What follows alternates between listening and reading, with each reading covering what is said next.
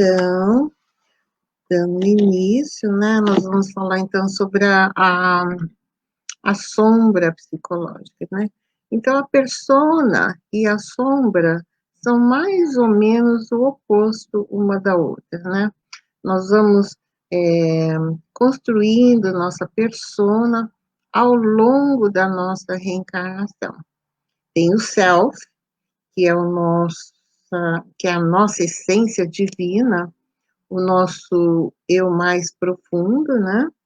E nós vamos construindo o nosso envoltório psíquico para funcionar no mundo, que é o ego. O ego vai ter essa capa, que é o nosso envoltório psíquico, para funcionar aqui reencarnado, né, na nossa evolução, né, porque a gente reencarna para evoluir, e então, que é o ego. O ego, ele vai sempre estar constituído nas sombras, né, através das nossas atitudes equivocadas, nós estaremos sempre trabalhando na sombra. Mas a sombra e a persona, elas são os opostos, né? Então, através do autodescobrimento, eu vou percebendo que eu estou em busca do self, desse céu divino, e através da doutrina espírita, que nos aclaria, os ensinamentos da querida mentora Joana de Ângeles, que nos traz ferramenta para entendermos esse mecanismo, nós avançaremos mais rápido em busca desse self, que é a nossa felicidade, né? Então, à medida que nós vamos construindo o ego e a persona, isso vai ficando na sombra, né? Que é uma região do inconsciente, que vai conter todos os elementos, né, confortáveis, de acordo com aquilo que a gente gostaria de ser. Então, hoje nós vamos trazer o livro Vida, Desafio e Soluções, e o livro Em Busca da Verdade. Esse livro, ele tem um capítulo, né, que é o capítulo Predomínio da Sombra. Então, ela fala aqui sobre a sombra, e ela vai trazer para nós a parábola do filho pródigo, e ela vai analisando a cada elemento, cada personalidade dessa parábola que Jesus nos deixou, né? E analisando do lado da psicologia transpessoal, né? Então, no seu livro Vida, Desafio e Soluções, Joana diz que ninguém se encontra na Terra. Ninguém se encontraria na Terra, melhor dizendo, se não tivesse a existência física uma finalidade superior. Então, nós estamos encarnados para evoluir. Sem a reencarnação seria impossível, porque é aqui que nós vamos pôr em prática, né?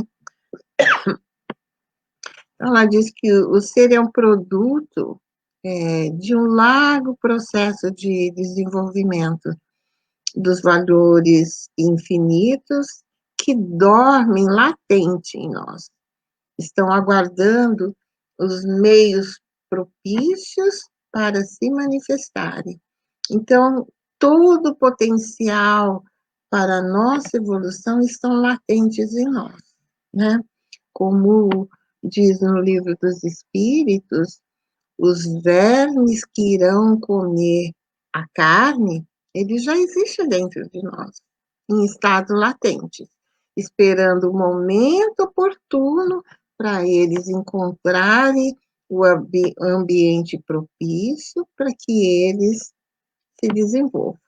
Então, é assim também as virtudes, elas estão todas dentro de nós.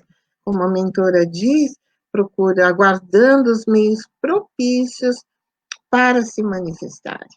Então, ela diz que etapa a etapa, passo a passo, são realizados progressos que se fixam, que vão se encaixando mediante os nossos hábitos, que são incorporados à nossa individualidade, que são resultados somatórios da vivência das nossas múltiplas encarnações. Então, cada reencarnação, eu tenho um aprendizado, eu tenho uma cultura, eu reencarno em culturas diferentes, crenças diferentes, e vou colocando no meu ego, na minha persona, no meu self, eu vou colocando essas vivências. Então, quando eu tenho uma reencarnação que eu causei mais danos para o meu espírito do que bem, eu criei muitos conflitos. E eu reencarno com esses conflitos, mas se eu já estou despertando, eu vou buscando elementos para me auxiliar, né? Às vezes eu posso nascer numa família que é muito religiosa, que tem muita fé em Deus. Aquilo vai me ajudar. Posso nascer numa família espírita, ir para a evangelização quando é pequenininha, e aquilo vai auxiliar a trabalhar nesses conflitos que estão lá no inconsciente, né? Porque o consciente é simplesmente o iceberg, o, o consciente é o todo. Só essa parte aqui em cima é que é o consciente, porque ainda o nosso psiquismo ainda é muito novo, né? Nós ainda nos adentramos no reino nominal da Terra não há muito. Então, esse psiquismo, ele vai desenvolvendo de acordo com o espírito, né? Então, ela diz que entre erros e acertos são recursos para despertar da consciência. Então, eu erro e eu aprendo com aquele erro. Então, eu aprendi, registrei, e eu sei que aquela experiência eu não devo, que aquele ato eu não devo cometer mais, porque eu já conheço o resultado, né? Então, entre erros e acertos, que ela diz que são recursos para despertar a consciência, para usufruir da grandiosa destinação que é da natureza cósmica. Nós estamos evoluindo para sermos perfeitos um dia. E quando se acha em perfeita sintonia com os planos e programas do universo. Então, a gente sabe que conforme o espírito vai evoluindo, ele vai mudando de sintonia, e ele vai tendo sintonia com espíritos mais elevados, não é? Tudo isso é um processo e uma conquista que nós conseguimos através dos nossos acertos. Aí ela diz que a saga da evolução é longa e, por vezes, dolorosas, deixando sulcos, marcas profundas, causados em outras fases, em outras vidas, em outras experiências da nossa existência, causando sofrimento inesperados que ressurgem como angústia e violência, desespero ou amargura, que a gente não consegue explicar de onde vem, mas a gente sabe que ela está registrada em nós, né? Então, está lá no inconsciente. Às vezes a gente não entende por quê. É muito interessante porque Se eu tenho uma experiência muito dramática em uma reencarnação, por exemplo, nessa, eu passo por uma situação que marcou profundamente, por exemplo, se eu sofri uma traição, né? O marido abandonou, me deixou com os filhos, e eu passei fome, passei necessidade, não tinha onde morar, não tinha comida para os meus filhos. Aquilo me trouxe muito sofrimento, um pavor, um medo de eu reencarno com isso lá no inconsciente. Então, às vezes, se eu volto na outra vida, eu estou casada, então qualquer coisinha que aconteça em relação a isso, eu tenho um desespero. Eu tenho aí, as pessoas falam, nossa, mas não é para isso, por que tanto sofrer por causa disso? É que a marca do passado está dentro de mim. Então, quando eu experiencio alguma coisa ligadas ou parecidas, eu lembro, e aquilo é um tormento. Então, o que o espiritismo, a psicologia transpessoal chama de desejo central, né? Então, são esses desejos centrais que eu tenho experiências lá da outra vida. E quando chega nessa vida, qualquer experiência parecida, eu lembro, né? Se eu fui rejeitada, se eu fui abandonada, é, qualquer problema assim que tenha causado um grande trauma, se eu experiencio alguma coisa nessa vida que às vezes não é para tanto, mas para mim está sendo porque eu já tenho a somatória da outra vida, né? Da experiência que eu passei. Então, a Joana vai nos falar sobre a parábola do filho pródigo, que está em Lucas 15, de versículo 11 a 32, né? Então, ela diz que nós somos herdeiros dos instintos agressivos que predominam em nossa natureza íntima. E ela diz que o ser humano, ele caminha entre revolta e temeroso, né? Por causa dos efeitos das condutas passadas que obedecem à lei de causa e efeito, né? Então, desconhece os valores éticos morais, ou mesmo quando conhece, né, desconsidera aqueles valores que podiam representar sacrifício, luta nobre, abnegação. A pessoa não aceita, ela quer o conforto, ela quer porque ela quer, ela não mede os conceitos morais, o que é certo e o que não é. Essa é uma da maior importância dos segmentos de Jesus, né, dos ensinamentos de Jesus, que vem nos trazer o código moral. E através desse código moral, nós vamos nos educando, né? Olha, eu tenho todas as leis gravadas na minha consciência. Eu sei que eu não devo fazer, porque tudo que eu faço tem uma consequência. E eu sou responsável. Então, quando eu tenho consciência de que eu sou responsável pelos meus atos, eu penso duas vezes quando eu vou ter uma atitude contra o meu irmão, porque eu sei que a dor que eu causar no outro, um dia a lei de causa e efeito vai bater na minha porta e vai cobrar, né? Seja nessa vida, seja na outra, mas nós não iremos escapar, porque é a própria consciência, né, que está em débito com as leis.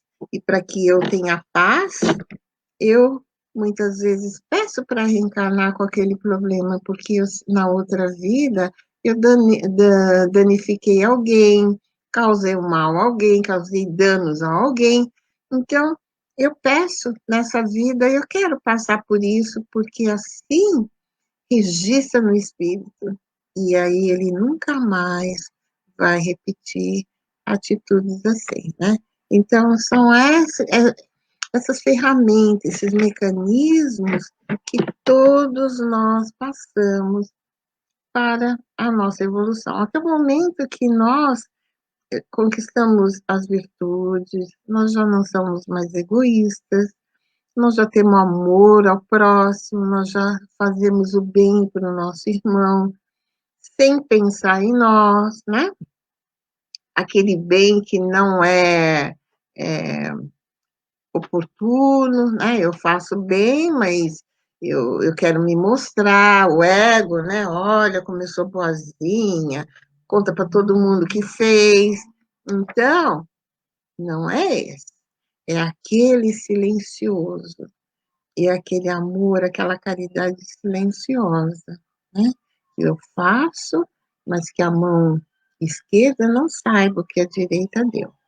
Então, quando nós estivermos nesse nível de consciência, já desperto para o amor, que já não estaremos mais no egoísmo e nem no orgulho, a evolução é rápida, porque aí as outras virtudes vêm automaticamente, né? Porque uma está ligada com a outra.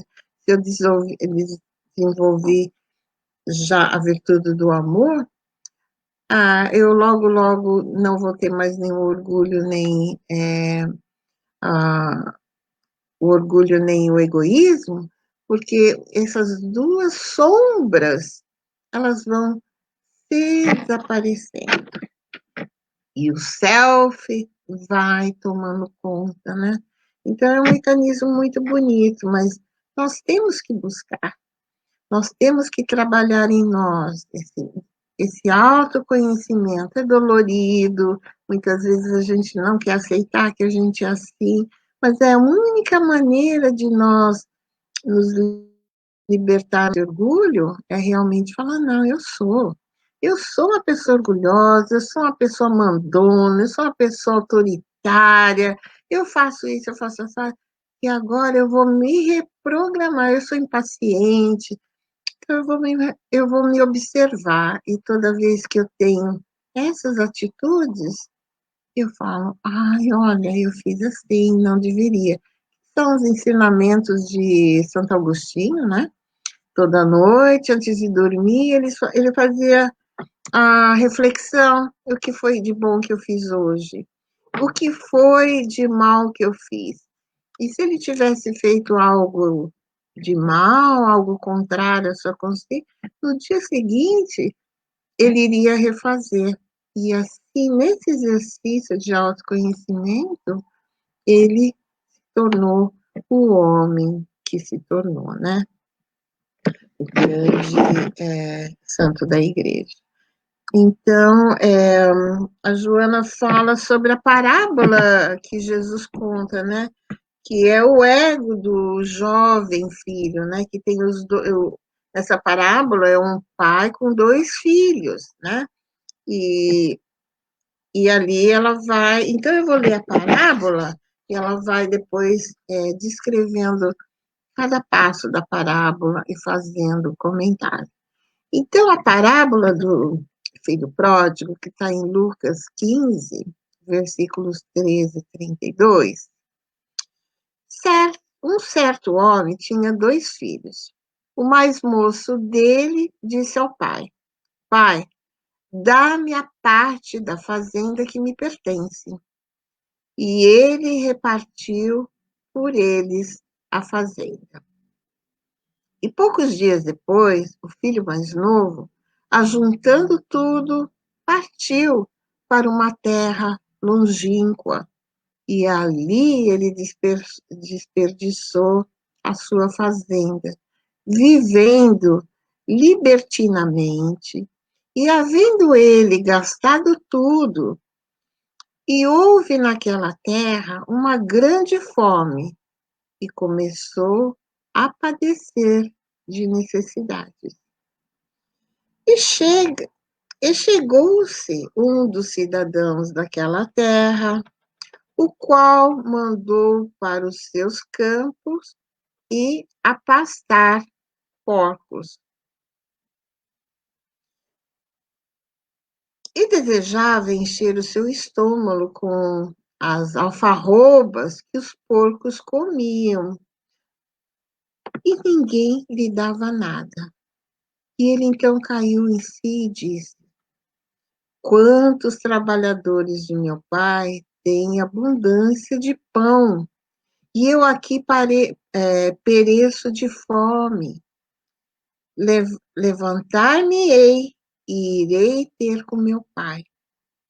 E direi ao meu pai: pequei contra o céu e perante a ti. Já não sou digno de ser chamado teu filho. Faz-me como um dos teus trabalhadores. E levantando-se, foi para o seu pai, e quando ainda estava longe, viu o seu pai e se moveu de íntima compaixão, e correndo lançou-se ao seu pescoço e o beijou. E o filho lhe disse: pai, pequei contra o céu e perante a ti, e não sou digno de ser chamado teu filho. Mas o pai disse aos servos: trazei depressa a melhor roupa e vestiu, e ponha-lhe um anel na mão e sandálias nos pés. E trazei um bezerro gordo e matai-o, e comamos e alegramo-nos, porque esse meu filho estava morto e reviveu. Tinha se perdido e foi achado. E começaram-se a alegrar-se. E o seu filho mais velho estava no campo. E quando veio e chegou perto da casa, ouviu a música e as danças, e chamando um dos servos, perguntou o que era aquilo. E ele lhe disse: teu irmão voltou, e teu pai matou um bezerro gordo, porque o recebeu são e salvo. Mas ele se indignou e não queria entrar na festa. E saindo o pai, insistiu com ele. Mas ele respondeu ao pai: eis que eu te sirvo há tantos anos, sem nunca transgredir o teu mandamento, e nunca me deste um cabrito para alegrar-se-me com os meus amigos. Vindo, porém, esse teu filho, que desperdiçou a tua fazenda com as meretrizes, mataste um bezerro cevado. E ele lhe disse: filho, tu sempre estás comigo, e todas as minhas coisas são tuas. Mas era justo alegrar-nos e festejarmos, porque este teu irmão estava morto e viveu. Tinha se perdido e foi achado. Então, Joana, ela vai agora analisar o sentido da parábola, né? Qual é o sentido desse filho ter saído do pai, do mais velho, do filho mais velho, e assim ela vai passo a passo analisando essa parábola. Então, ela diz que o filho mais novo, ao solicitar herança que diz pertencer-lhe, inconscientemente ele desejava a morte do pai, que seria o fenômeno legal para conseguir a posse dos bens sem qualquer problema. A máscara, conflito sobre a justificativa inapropriada de querer desfrutar da juventude, considerando que mesmo na idade provecta, o gênitus não morreu. Então, ela diz aqui que inconscientemente o que ele queria é: olha, eu quero que você morra, porque eu quero ficar com os seus bens, né? Mostrando ali uma atitude egoísta, né? Centrada no seu ego, na sua sombra, e sem ter aqui, pensando só no material, né? Sem ter ali o amor com aquele pai. Então, ela diz que logo depois, viajando para um país longínquo, procura arrancar as raízes existenciais, as máscaras, destruir a origem desagradável, permanecendo na ignorância de si mesmo. Então, essa viagem, país longe, né, era arrancar aquela raiz existencial, aquilo tudo que existia lá dentro, aquelas marcas, a sombra, o ego dele, né, e, e destruir a origem desagradável. Então, aqui na parábola, que é um arquetipo coletivo representado pelos interesses imediatos em comparação entre os dois elementos em que é aceito e o outro é negado, que libertam das paixões primárias. Então, a gente vê o quanto a gente ainda faz esse mecanismo, né? Que é a parábola aqui que Jesus deu exemplo, quanto que a gente ainda dessa maneira, né? É, negando para se libertar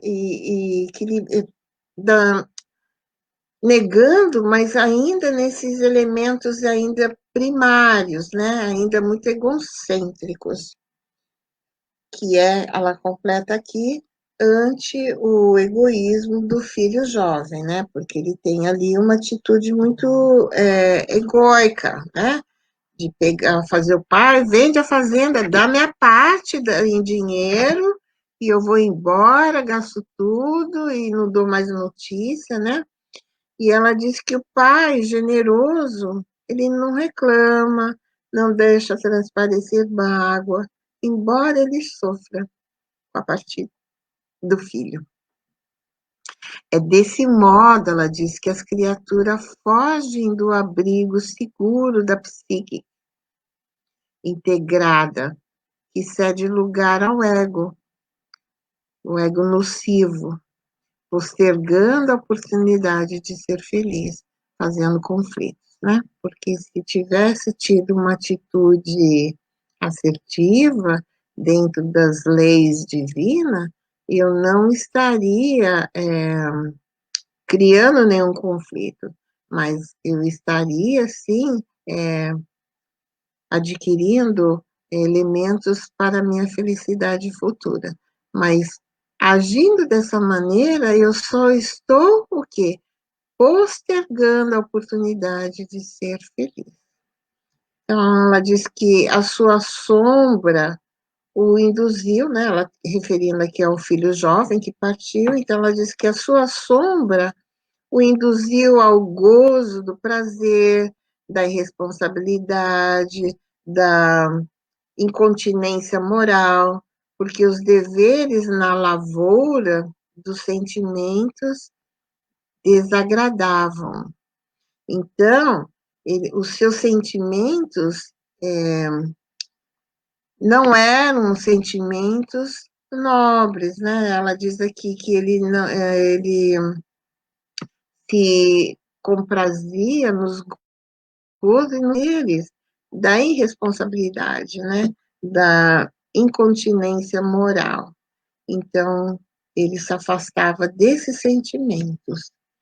E ela diz que nessa fuga, o filho jovem fez para um país estrangeiro e longínquo. Caso, caso se originasse de algum ideal, como diminuir a carga do pai, ao invés de desejar-lhe, mesmo que de maneira inconsciente a morte. Então, essa análise que ela faz é que ele inconscientemente desejava a morte do pai para que ele pudesse ter a sua herança, né?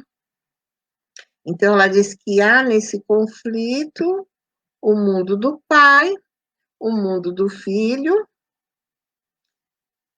o mundo do irmão, em forma de sombras perturbadoras, efeito da fissura da psique em relação ao ego.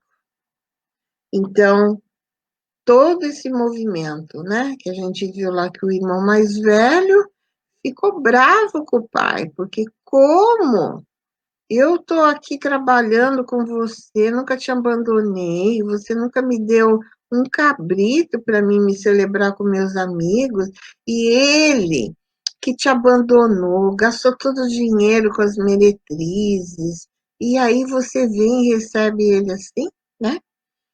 E o pai, o mundo do pai, né? Não, você sempre esteve comigo, meu filho. Tudo que eu tenho é seu. Mas o teu irmão, aquele filho, ele estava morto e hoje reviveu, né? Então, mostrando que ele voltou à casa. E essa casa nada é nada mais do que a volta da consciência para o caminho certo, das coisas certas, atitudes corretas, né? Então, eu deixei lá todas, é, saí da casa e experienciei sofrimento. Só que agora eu quero fazer um novo caminho, né? Eu sou diferente, eu me modifiquei, eu fiz essa viagem interior.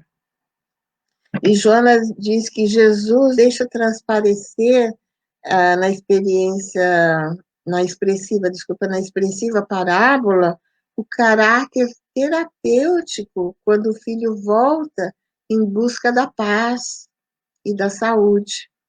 Embora humilhado, mas ele tinha certeza de ser recebido, né? Então, o self que unifica em relação ao ego é o caminho seguro para a autocura, para o estado luminoso. A gente viu isso a semana retrasada, né? Sobre o luminoso de tranquilidade e bem-estar. Então, o luminoso realmente é quando eu entro em comunhão com alguma coisa muito bela, uma coisa que trans, transpassa a, a minha compreensão, né? Eu realmente eu tenho um despertar da consciência para o divino. Então, ela diz que a viagem para longe é uma busca arquétipa de heroísmo, de conquista, do desconhecido, de infinito, que não se concretiza, porque o objetivo do abandono ao pai idoso, a exuberância do egoísmo e o desprezo pelo irmão mais velho que trabalhava, né? Então, essa viagem longa representa exatamente isso, a, é, é, o abandono, né, que ela diz ao pai idoso, e o desprezo pelo irmão que trabalhava, né? Então, ela diz que a viagem de volta ao lar, que faz o filho mais jovem, não é por amor ao pai, nem por qualquer sentimento nobre, mas porque ele passou fome, e lá, voltando lá para a casa do pai, ele tinha a garantia de um lar, ele tinha passado fome, então ele sabia que ali ele ia ter comida, teria conforto e abundância alimentar, né? Como o pai tratava os empregados da fazenda, né? Então, ele sabia que ali ele ia estar na zona de conforto, né? Então, ele estava ali pensando nele, mas não é porque ele voltou, porque eu estou com saudade do meu pai, eu me arrependi. Ainda ele está nessa fase, pensando em si próprio. Então, ela diz que a sua sombra é, interesseira decorre do ego atormentado, que não conseguiu a união com o self. Então, isso nós podemos refletir nas nossas atitudes, né? Que muitas vezes nós temos atitudes que são interesseiras, que decorrem do ego, né? Mas que não consegue fazer essa união ainda com o Celso, com esse self, com esse nosso ser divino, né? E ela diz, então, por sua vez, a sombra cruel do irmão que ficou, né? Dele faz um miserável que inveja a sorte do jovem, desprendouro, que tem ciúme da atenção que o pai lhe concede, se revolta e é dominado pelo conflito de inferioridade e pelas torturas do psiquismo. Então, mais uma vez, a sombra cruel do irmão do mais velho, né? Ele, mostrando ali a sua sombra, inveja, né? Ele tinha ciúmes, ele sofria com esses sentimentos, que não eram sentimentos nobres, né? E causando-lhe sofrimento. Então, ela diz que ele sente-se rejeitado, embora haja sido devotado, possivelmente por interesse de ficar com toda herança. Então, ela abre ali uma possibilidade desse irmão mais velho ter ficado ali, porque ele tinha interesse na herança, né? Tudo que sobrou aqui agora é meu. Meu irmão já teve a parte dele, e agora tudo que estiver sobrando é meu. Ao invés de contentar-se em com o pai, em contentar-se estar com o pai, porquanto ele se queixava que nunca recebeu um cabrito para fazer a festa com seus amigos, né? Então, é uma projeção do inconsciente, da raiva guardada pelo abandono do irmão, que fugiu e, e, e manifestou esse desconforto nele, mas querendo participar da festa, aliás, não querendo participar da festa de boas-vindas ao irmão, né? Então, ali ela diz que era uma projeção do inconsciente ali, mostrando a raiva, né? Eu não vou lá, imagina. Ele estava ali sendo devorado por aquele ciúme, aqueles sentimentos do ego dele, né? Então, diz que o ego deve estruturar-se para adquirir consciência da sua realidade, não conflitada com o self, que direciona uma única maneira de libertar da sombra. Então, é esse o mecanismo do autoconhecimento, né? A gente vai se estruturando, vai reconhecendo as nossas dificuldades, nossos sentimentos, eu vou reconhecendo a cada um deles, né? Olha, eu tô com sentimento de raiva, olha, eu tô com ciúmes, olha, eu tô com isso, eu tô com aquilo. Então, esses sentimentos começam a ser reconhecidos por nós. Então, toda vez que eles se manifestam, né, que é o ego, eu ponho ele, então, e vou trabalhando nesses conflitos e trazendo ali uma nova diretriz para a minha vida, né?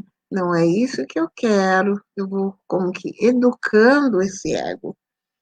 E, e ela diz que é desse modo que as criaturas fogem do abrigo seguro da psique integrada, que cede lugar ao ego, que é nocivo, daninho, postergando a oportunidade de serem felizes. Então, quando nós já sabemos que esse mecanismo é assim, nós poderemos, toda vez que experimentarmos desses sentimentos que não são sentimentos salutares, né? Que eu devo, então, trabalhar em sentimentos que estão aqui adormecidos, latentes, né?